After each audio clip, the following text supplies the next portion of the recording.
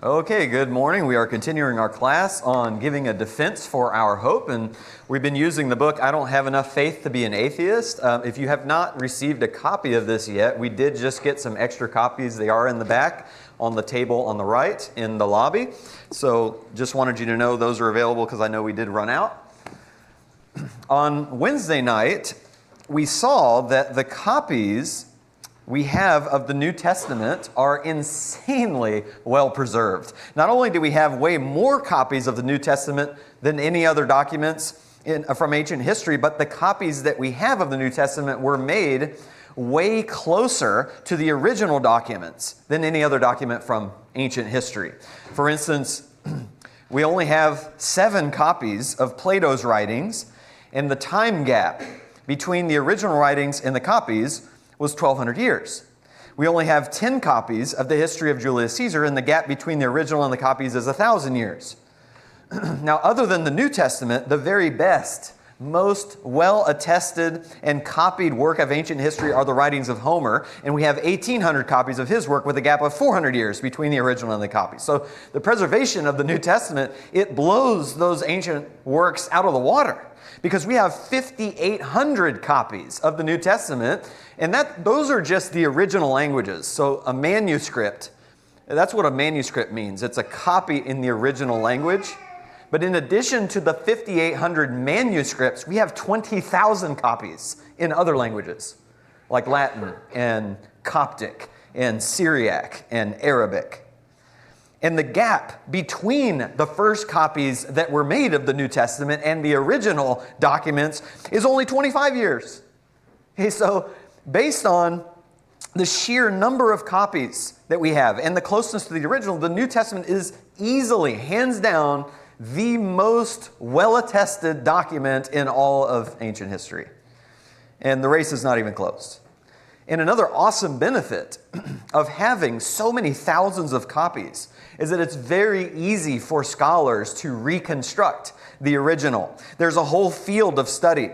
It's called textual criticism, where scholars examine the differences between copies and they trace back any changes that have been made over time to different families in the copies in different parts of the globe, and they can actually tell how accurate the copies are to the original. And once again, the New Testament embarrasses every other work from ancient history because it has been preserved to the point of a 99.5% accuracy. That is much more well preserved than any other writing in ancient history. We can be absolutely certain that the Bibles that we hold in our hands have been almost perfectly preserved from the original writings dating all the way back to within 25 years of the events themselves. That is just astounding. I mean, it's just hard to really express how much evidence God has given us with this lineage of copies and the thousands and thousands that we have. Now, this morning, we're going to talk about the value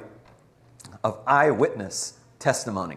But before we do that, I want to throw in a bonus. But before we do that, I want us to pray. So, Father in heaven, we praise your name. Thank you so much for the amazing evidence that you've given us and the amazing Lord and Savior that the evidence points to, that we can serve knowing that we don't have to have fear of man or fear of our circumstances or fear of the things that are beyond our control, but we can trust you because you care for us, that we are your concern, Lord, and that you have all power to keep us in your care. And Father, we pray that we will continue to be faithful to you and that this quarter, as we continue to study the massive amount of evidence that you've given us, this quarter will only make us more faithful and increase our faith in you, Father, so that when this world attacks us and tries to tear us down and say that, we're just wishful thinkers, we can have an answer for the hope that is within us.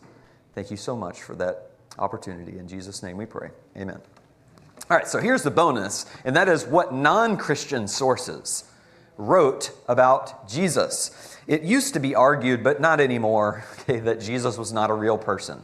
It is just some made-up figure in history, and really the writers of the Bible are the ones that made him up.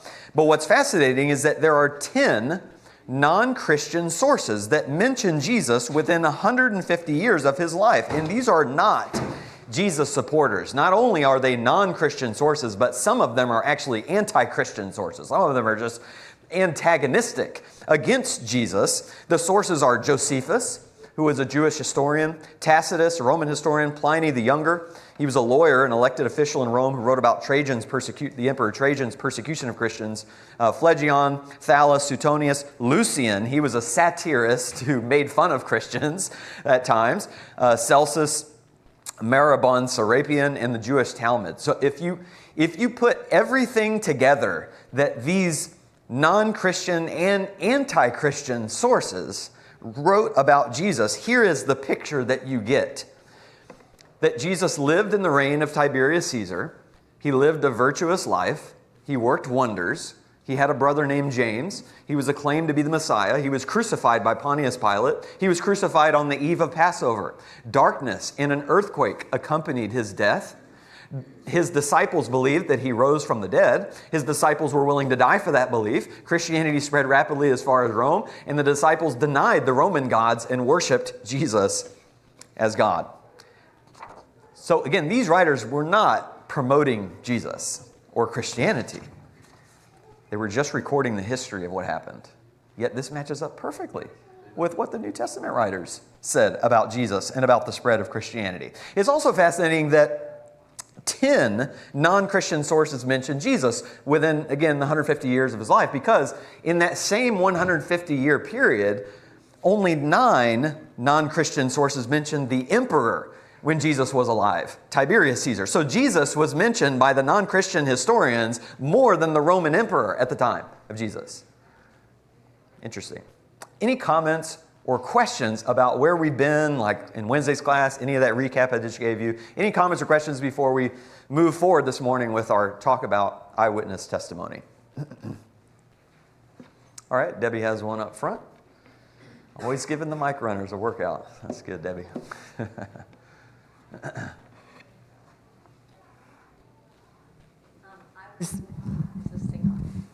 think so. There you go. I was really amazed. I had never heard on Wednesday when I think it was you Tim. said, you? Tim had Wednesday, yeah. When Tim shared that those 10 people, they wrote down and quoted things from the Bible, and that it covered everything. You're talking about the early church fathers. Now those were Christian sources, yes. Oh, okay. That you could reconstruct the entire New Testament. Bible minus 11 verses. Yes, just from the quotes of the early Christians in their writings. So even if we had no copies of the New Testament at all, we could just use the quotations of the Bible from the early Christians because they talk so much about Scripture. What a cool lesson for us, right? Like, could people reconstruct the New Testament from our conversations? How much do we talk about God's Word? How much is God's Word on our hearts and on our minds? And it just comes out in the things that we write to people and text to people and say to people. Kind of a cool application there. But yeah, that's so amazing that there's so much attestation there. In addition to the copies, we also have that other historical attestation of the New Testament as well.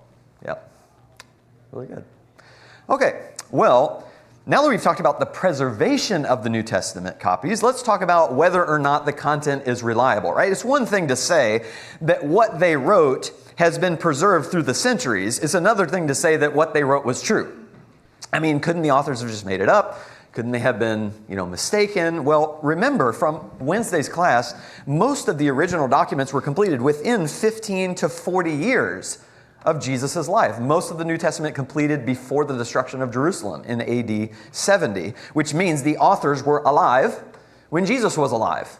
And in fact, many of them claim to be eyewitnesses who personally saw Jesus in the flesh and heard his teachings and watched him hang on a cross and witnessed his resurrection and walked with him after his resurrection. And even the writers who were not eyewitnesses, many of the writers claim to know the eyewitnesses personally and to be able to get their writings from information they gathered from eyewitnesses. Now, anytime you're looking back in history to figure out what happened, there are a few things more valuable than eyewitness testimony. When detectives today are trying to solve crimes, those crimes happened in the past, right? You didn't see it, you don't know what happened, so you're trying to piece together as much evidence as you can to try to reconstruct the story of what happened. Well, if you have an eyewitness who says, I saw what happened, that's a huge piece of evidence that the detective is going to take very seriously. Now, if you only have one eyewitness, it's still strong, okay, because they could absolutely be very helpful for the case, but one eyewitness could be mistaken, right? They could be lying, they could have ulterior motives, okay? But if you've got 2 eyewitnesses, or 3, or 5, or 7, right? Now your case is going to start to become a lot stronger.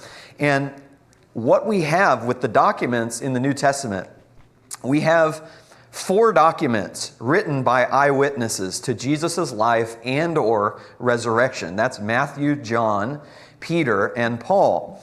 And then we have, books written by people who knew the eyewitnesses, like Mark and Luke. So the New Testament was not written by people centuries later who had just heard the legendary tales of a man named Jesus. No, they were written by people who claimed to have either seen the events of his life directly or knew people who did see the events of his life directly, and were able to reconstruct it and write their history based on that testimony. All right, so here's my first question this morning. What are some examples of New Testament verses that indicate eyewitness testimony to Jesus' life and or resurrection, either explicitly or implicitly? And I know for the last 3 classes we didn't have questions, so you might have gotten used to not doing these, but hopefully you're able to work on these in advance. And I don't fault Tim for that, by the way. Those 3 chapters were ridiculously hard to make questions for, because I was even thinking, like, oh, what would I say? What questions would I come up? And I'm like, I'm glad Tim's teaching that, not me, because that'd be very difficult. All right, Debbie, and then Joe. Well, I wrote down a bunch of them, but yeah, they're from Matthew and John. Matthew records Jesus' birth, and the Magi saw Jesus. Okay, yeah. And John the Baptist had a personal interaction with Jesus. Simon and Andrew, James and John. Yeah, really good. Yeah, so they're writing about people who really saw Jesus, for sure. And you mentioned Matthew.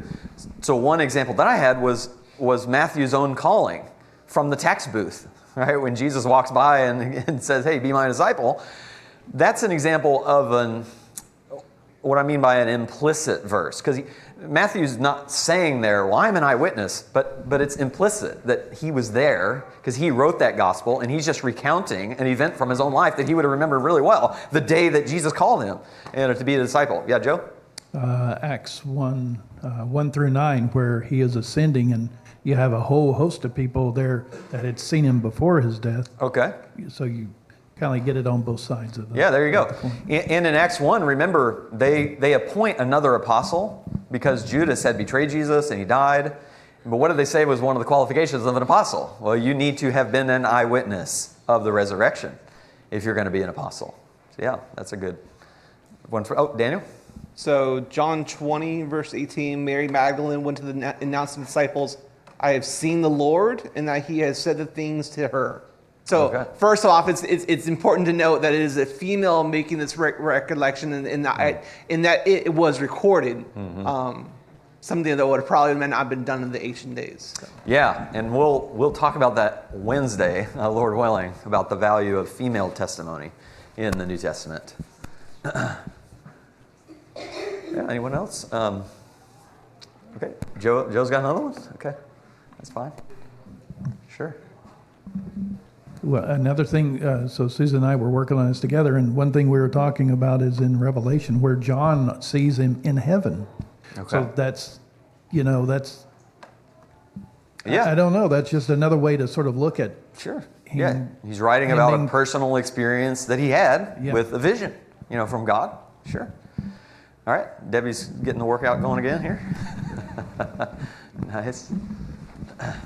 While she's waiting for the mic, Acts 2:32, Peter stands up on Pentecost and says, this Jesus God raised up again, to which we are all witnesses. Now, when he said that, notice Peter doesn't say, to which I am a witness, and you should just listen to me and take my word for it. He says, we are all witnesses. He was talking about all the apostles, and actually, I think he was also talking about some of the 108 other disciples that were there with him that day. And maybe even because he's standing right there in Jerusalem, he's also talking to the crowds, that many people in the crowds probably had seen the resurrection of Jesus, because Jesus, after he resurrected, was on the earth for 40 days, appearing to people. Debbie? I just said in John 11, Lazarus saw Jesus. Okay. Saw him before he died and then after he was raised again. Okay. Yeah, And there you then go. and then in John 19:38 through 42, both Joseph and Nicodemus took Jesus' body off the cross and carried it to the tomb in the Yeah. garden. Yeah. Yeah, so these are all people with very personal experiences, interactions with Jesus. 1 John, also written by the same John that wrote John's Gospel. 1 John 1:1, what was from the beginning, what we have heard, what we have seen with our eyes, what we have looked at and touched with our hands concerning the word of life. And he's talking about Jesus there, calling him the word of life. Acts 26:26, when Paul is standing in front of foreign kings, right? These are not Christian kings. They're not sympathetic to Christians at all. But Paul is standing in front of King Agrippa and the governor Festus. And he says this, the king knows about these matters. He's been talking about the resurrection. And I speak to him also with confidence, since I am persuaded that none of these things escape his notice, for this has not been done in a corner. Paul is so confident that there have been witnesses to Jesus' resurrection that he knows. Even this King Agrippa, I said he's a foreign king. He's a Jewish king, but I guess I was saying foreign to Christianity. But he knows that this is... That the king knows this happened because Jesus' resurrection wasn't something that was done in secret. It wasn't something that, he appeared to only like 10 people who liked him or something. No, he appeared to so many people over a 40-day period. Paul later says in 1 Corinthians 15, he appeared to 500 people at one time. And so he can just say, look, this is not a secret. Everybody around here knows that Jesus resurrected from the dead because so many people have seen this. Matthew 9:9, I mentioned that earlier, his calling as a tax collector. Here's Luke, and Tim mentioned this earlier in Wednesday's class. He says, inasmuch as many have undertaken to compile an account of the things accomplished among us, just as they were handed down to us by those who from the beginning were eyewitnesses. So Luke is not actually an eyewitness of the life of Jesus, or the resurrection probably, but he knew eyewitnesses and he gathered information from them. And he says, it seemed fitting for me as well, having investigated everything carefully from the beginning, to write it out for you in consecutive order, most excellent Theophilus. So again, he's not a direct eyewitness. He relied, though, on eyewitness testimony from others, and it matched up perfectly with what Matthew and Mark and John said as well in their Gospels. 1 Peter 5:1. Peter says, therefore I exhort the elders among you as your fellow elder and witness of the sufferings of Christ, and a partaker also of the glory that is to be revealed. You could just keep going, right? That seems like a lot. You can just continue to stack passages like that. We saw him, we heard him, we're eyewitnesses, we were there, we know what we saw, and we're willing to die for what we saw. Now here's my next question. We'll see if this was a little, too esoteric or too read my mind. I don't know. We'll see. See how you did with this. If you were to have witnessed Jesus' life and resurrection, and you wanted to convince the world that the miracles were real by writing down what happened, what kind of details would you want to include to prove that you are not lying? I mean, if you think about it, this is a very bold and courageous task. You're about to try to convince the world that the Messiah has come, that he has performed miracles and even risen from the dead. How in the world are you going to convince people that that happened? How can you write in such a way to make sure people know that you are telling the truth?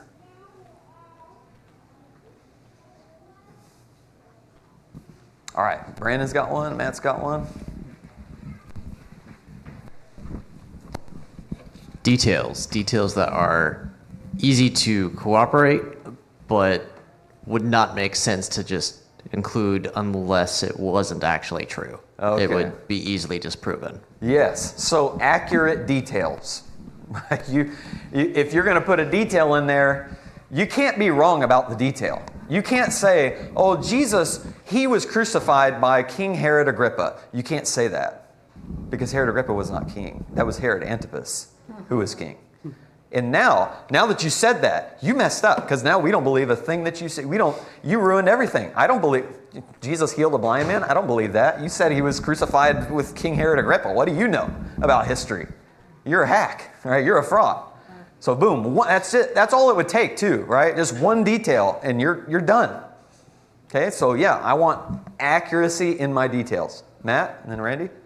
I don't know if I would think of this on my own, but I know it is that the flaws, warts and all, like there's they didn't always do what Jesus said, and they doubted and messed up, and Okay, Peter, good. and so if it's a fairy tale, it's going to be, they lived happily ever after, and everything's going to be rainbows and unicorns, and it's not. Really good. Yes, and so we're going to get to that point on Wednesday night, Lord willing, because Wednesday's class is going to be the top 10 reasons why we know that the eyewitnesses were not lying, and that is one of the reasons. So is the female testimony that Daniel brought up earlier. But this question actually also serves to answer that. Like this is also helping us know that they didn't lie because of the accurate details, like he mentioned, and what you mentioned, which is true as well. And then Randy, what do you got? Yeah, I would mention people's names who could then say, no, I wasn't even there, or I was there, and that's not what happened. Okay, yeah. So I will. Let me label this specific details. So we got accurate details. You need specifics as well. You can't just say, once upon a time, there was a man named Jesus, and he healed some people and rose from the dead. Because that's not falsifiable, right? You want to be specific. You want to mention people's specific names that Jesus talked to, like Nicodemus, right? And Pontius Pilate, okay? And just, you could go down a list of many more names than that. You also want to be specific, like you want to identify the specific cities that Jesus traveled to at specific times on the calendar. You want to mention specific kinds of miracles and healings, specific conversations that Jesus had with people, and the specific content of those conversations. The more specific you can get, the more convincing it is going to be that you're telling the truth and that you're not just staying vague to avoid being falsified. Okay? Joe? Yeah, I was going to say the timeline would have to make sense. The politics would have to make sense. The way, Jesus got in a plane and flew. All the things that would line up.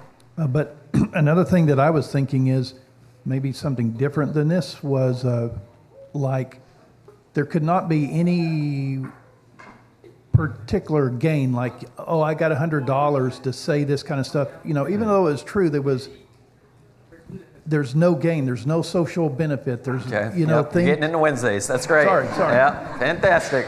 Wednesday, we're knocking both classes out in one. We'll just read the Bible on Wednesday night. Going back to the first point, all those details had to line up. Yes.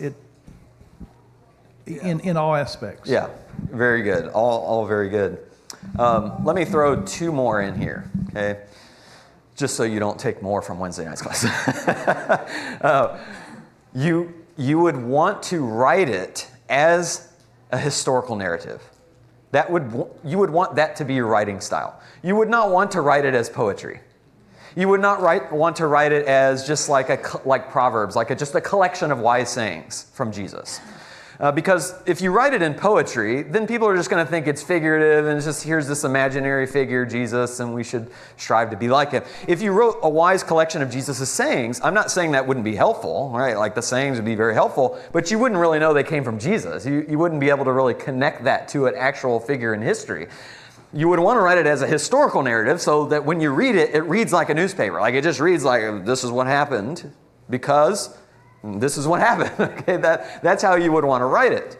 And you would also want to write it this way. If you are an eyewitness, you would want to write it from your own unique perspective as an eyewitness. John would not want to collaborate with Matthew and then write down the exact same thing that Matthew wrote, because then it looks like you're corroborating together on a lie. It looks like you're working together, right, to get your story straight. And even if you'd say, well, Matthew definitely told the truth, John would just look like a fraud. He just copied off of Matthew. He's not a legitimate historian. He just wrote the same thing Matthew did. No, you would want to tell the story the way you personally witnessed it so that people would know this is authentic, that you're actually writing from what you saw and what you experienced, which is going to be a little bit different than what these other eyewitnesses saw and experienced, at least their perception of what they saw and experienced. Now, again, there are more ways to answer this, and you guys, started to break into some of that we'll get into on Wednesday. But for now, I just want you to see this is exactly what we have in the gospel accounts about Jesus. Everything that truthful eyewitness writers would do, they did. There is nothing that you can look at about the way they recorded these events that could make you think that they are lying. And I suppose a skeptic could say, and one skeptic did say this to me in a conversation before, but it's because he just fought me. Literally everything I said, he fought me. But he said, okay, well, maybe they knew that this is how eyewitness testimony works. Maybe they knew that this is how you convince the world that it was true, and so they just used these strategies because they knew that these were good strategies to convince everybody that they were telling the truth. Well, we'll see on Wednesday, again, why we know they weren't lying and why that's just a nonsensical position to take. But even just for now, you just realize they just would not have done it this way. You could not pull this off because they have included so many specific details, it leaves their story way too vulnerable to be falsified and proven wrong if they are lying about it. You just wouldn't do it this way. We're not just talking here about 5 or 10 specific details the New Testament writers sprinkled in to kind of make it sound a little bit convincing. We're talking about hundreds of historical, geographical, sociological, political, religious, cultural, and archaeological details that have all been confirmed by sources outside of the Bible. For instance, in the book, in the chapter we're in, Turek gives a list of 84 historical details mentioned just by Luke, and just in the last half of the book of Acts. And many of these details are very, very specific. And many of the details actually were questioned and held Luke in suspicion for centuries because people thought that he made it up. So for instance, in Acts 17, he describes the magistrates in the city of Thessalonica as politarchs. And for centuries, scholars, especially liberal scholars, were like, Luke just made that up. There's no such thing as a politarch. He's crazy, and they examined all the Greek literature and all the language, and they say nobody used that word. It's a very rare word, and nobody used it. And so they just thought he's making it up. Until 1876, we discovered an archway on the edge of the city of Thessalonica with an inscription about the politarchs, with a list of 7 men who were the politarchs, of Asia. That's one example, but there's tons of examples like that in the Bible, in the Old Testament and the New Testament for that matter, where they'll say something about history and then for centuries they'll be doubted, and then we just discover something in archaeology. Like, the Bible's right again. The Bible's right again. Yeah, the Bible's right again. Over and over. Of course, that never makes the news. No, you don't read that. You have to dig to find that stuff because people don't want you to know that the Bible's right again. The book lists 59 details like this in John's Gospel.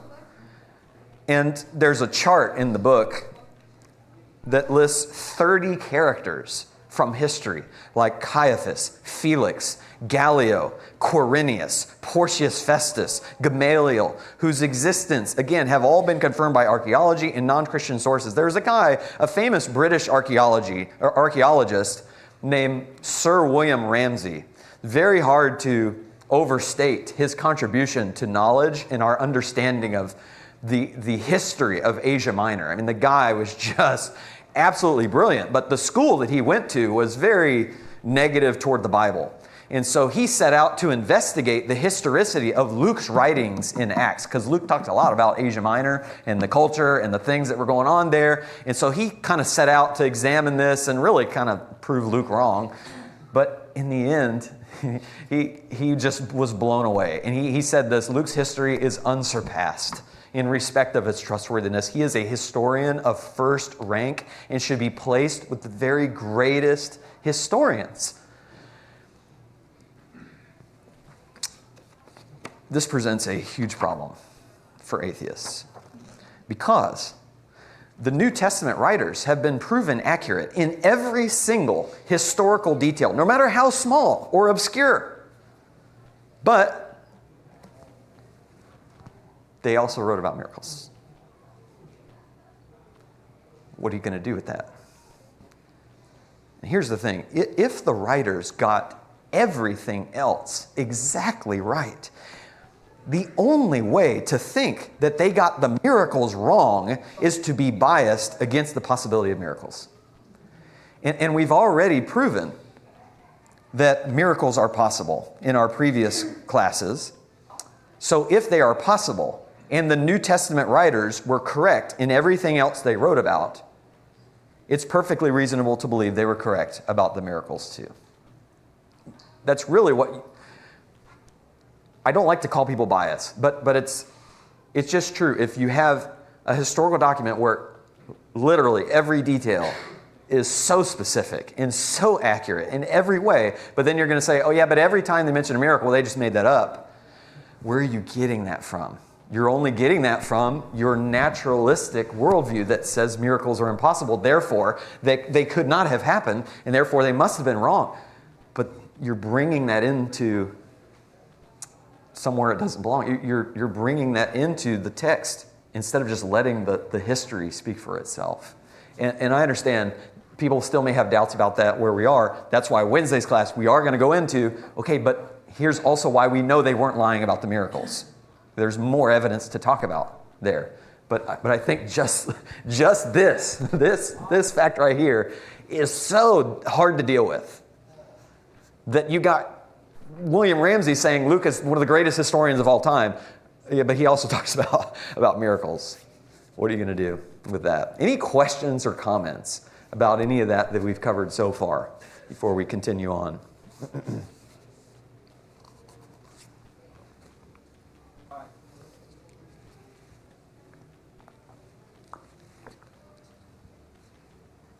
Okay, no problem. Oh, Chris has got one. I don't think you made this point, but you were talking about how the writers didn't conspire and how accurate and how very much the same their writings are. But I think there's also a lot of, because they all wrote in their own style and they all, if you look at the differences, even though they're different, they're still accurate within of each other. And that's so where I'm going. That's where I'm going next. Yep, no, you're good. That's exactly right, Chris. Very, very good. Yeah, that is where I'm about to go. Jason? The other thing I was thinking about is just they didn't write to one audience. They were writing to specific audiences. Yeah. Matthew wrote to the Jews. Luke was writing to Theophilus, somebody he obviously cared about and wanted to understand the truth. But anyways, those different audiences make the books completely different in terms of their tone and how they express things. Mm-hmm. But like you said, you go back to the basic historical facts and the order of events and all of those things. They are the same. Again, kind of defeating the idea of corroboration. Yeah, really good. All right, so you guys are wanting to get into that. I like it. Let's do it. Let's talk about one last key to good, solid eyewitness testimony. It needs to match up with what other eyewitnesses say, yet with unique details from your own perspective. So, we're going to do an exercise together on this. Matthew 26, 67 and 68 says this: Then they spat in his face, in Jesus' face, and they beat him with their fists. And others slapped him and said, Prophesy to us, you Christ, who is the one who hit you? Here's my first question. I've got two follow-up questions in this exercise.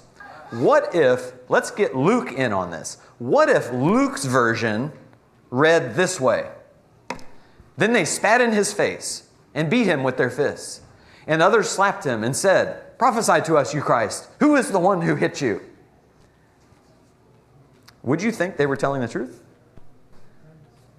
No, because eyewitnesses in their testimony should not be identical. Every person is different. Every person, when they witness something, they're focused on something different. They see a different detail. He's a detective, so he actually is a detective. So we have a detective in the audience. He's shaking his head. That's right. That's true. Okay. If they are identical, it makes it sound like they're trying to get their story straight. In fact, what do detectives do when they get a group of eyewitnesses?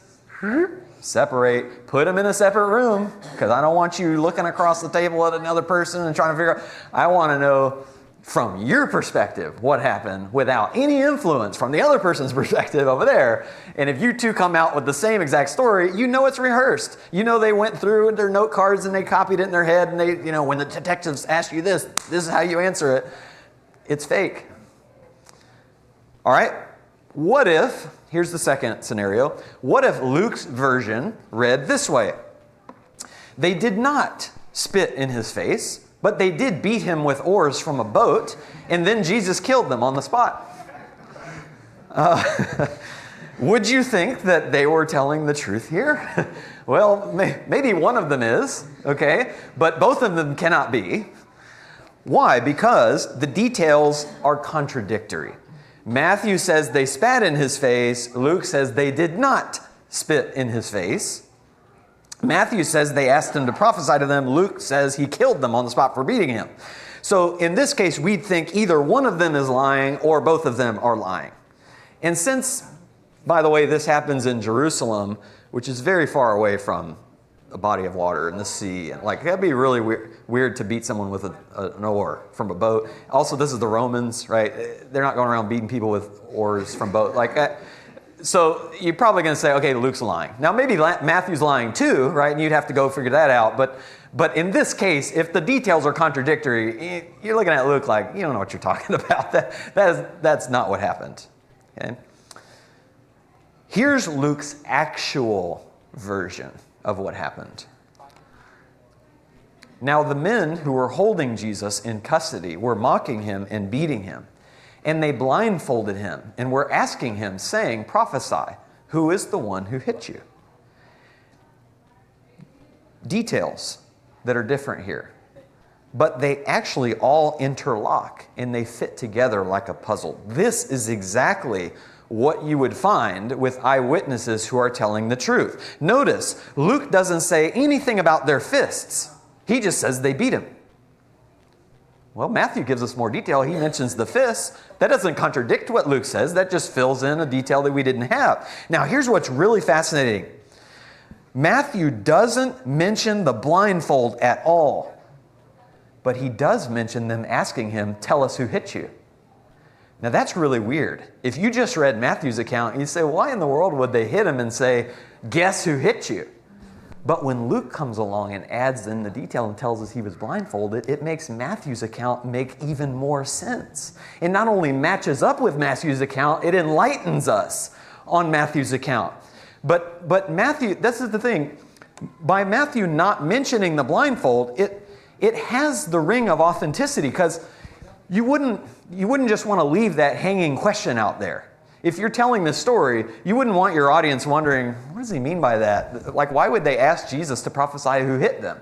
You wouldn't want to leave a question. You'd want to fill in all the details and make sure that, just so no one knows I'm lying, I'm telling them everything that happened. But he just tells it like it is. This is just what happened. And then later Luke comes in and fills in that detail with his testimony. And when Luke does it, it's so natural. He doesn't look like he's just trying to cover up for Matthew and say, well, I know what Matthew said earlier, but here's why Matthew said that they were asking him because, it was because he was blindfolded. Matthew wasn't wrong. I want to make sure you believe Matthew too. But no, he doesn't do it. He just tells what happened. And it just so happens to coincide perfectly with what Matthew said. And this happens all the time in the New Testament. I will give you another example here. Look in Matthew 4 with me. In Matthew 4, I won't have this on the screen because it's just a longer reading to put on the screen. Matthew 4, verses 18 through 20. Okay. And here's another occasion where Matthew, he's going to leave some unanswered questions. He's going to leave some details out. And then later Luke will come and fill them in. All right, so Matthew 4, verses 18 to 20. Now, as Jesus was walking by the Sea of Galilee, he saw two brothers, Simon, who was called Peter, and Andrew, his brother, casting a net into the sea, for they were fishermen. And he said to them, "Follow me, and I will make you fishers of men." Immediately, they left their nets and followed him. And going on from there, he saw two other brothers, James the son of Zebedee and John his brother, in the boat with Zebedee their father, mending their nets. And he called them, and immediately they left the boat and their father and followed him. So when we read this account, we're left with a couple hanging questions that Matthew does not answer for us, like, why would they follow Jesus so quickly? I mean, all he does is walk up and say, follow me, and they just leave everything immediately and go follow. I mean, that preaches, right? You know, Jesus calls you, you better just leave your boat and just go immediately. That preaches well, but it doesn't really make sense. It's almost like they don't even know him at this point, and it's the first time they ever met him, like, okay, Jesus, you called us, let's go. And also, it says, Matthew mentions in passing that they were mending or fixing their nets, but he doesn't tell us why they were doing that. But then when you turn to Luke's gospel, let's read Luke's account, Luke 5, verses 4 through 7, and then 10 and 11. Luke 5, 4 through 7. It says, when he had finished speaking, he said to Simon, put out into the deep water and let down your nets for a catch. And Simon answered and said, Master, we worked hard all night and caught nothing. But I will do as you say and let down the nets. And when they had done this, they enclosed a great quantity of fish, and their nets began to break. So they signaled to their partners in the other boat for them to come and help them. And they came and filled both of the boats so that they began to sink. In verses 10 and 11, and so also were James and John, sons of Zebedee, who were partners with Simon. And Jesus said to Simon, do not fear. From now on, you'll be catching men. And when they had brought their boats to land, they left everything and followed him. Okay, now that answers the question. Why did they just follow Jesus? In Matthew's account, why did they just follow when he asked? Well, because they just saw this incredible miracle that he performed. And why were they mending and fixing their nets? Because their nets just got destroyed by Jesus in this miracle of capturing all the fish in the sea. So again, different details from a different perspective, but they all interlock perfectly like a puzzle. This is how eyewitness testimony works, and you can do this all throughout the Bible. This is an old argument started by, I can't remember his name, William Paley, and then I think it was John Blunt, who popularized it in the 1800s. It's called undesigned coincidence. It's where it's just examples of this, all throughout these eyewitness testimonies of coincidences, where things just seem to coincide perfectly, and it seems undesigned. I mean, we know the Bible was inspired by God; it was designed, but from an eyewitness perspective, it seems like they didn't design this, they didn't plan this. It's just they told their story, and it just matches up perfectly, interlocking. J. Warner Wallace. He is a famous cold case homicide detective. He's won many awards for his work. His cases have appeared on NBC's Dateline more than any other detective. He's a national speaker and a best-selling author, and he used to be an atheist. And what he did was he applied the skills that he learned in his work as a detective in determining the veracity of eyewitness testimony, and he applied that to the scriptures and became a Christian as a result. And he wrote a book called Cold Case Christianity, where he said this about eyewitness testimony, and he found these same principles in the Gospels. He said, often questions an eyewitness raises at the time of the crime are left unanswered until we locate an additional witness years later. This is a common characteristic of true, reliable eyewitness accounts. It's my job to assemble the complete picture of what happened at the scene. No single witness is likely to have seen every detail, so I must piece together the accounts, allowing the observations of one eyewitness to fill in the gaps that may exist in observations of another eyewitness. True, reliable eyewitness accounts are never completely parallel and identical. Instead, they are different pieces of the same puzzle, unintentionally, there's that undesigned part, unintentionally supporting and complementing each other to prove all the details related to what really happened. Same thing is true, he found, when you read the New Testament documents. So not only do the New Testament writers claim to be either eyewitnesses themselves or to have known the eyewitnesses, they read exactly like eyewitness accounts should, which means it's extremely reasonable to believe that they actually did see the accounts of Jesus' life and death and resurrection and the expansion of Christianity across the world. These were not people centuries removed. They really saw it, and they wrote it down with incredible accuracy. And Wednesday night, Lord willing, we'll discuss 10 more reasons why we can be confident that they were telling the truth. Only 20 more seconds left, so I won't put someone on the spot for a comment in that short time. Thank you guys so much. Really appreciate it. Again, we have more books available in the back. If you've not received one, they're on the table in the lobby. Thank you all so much.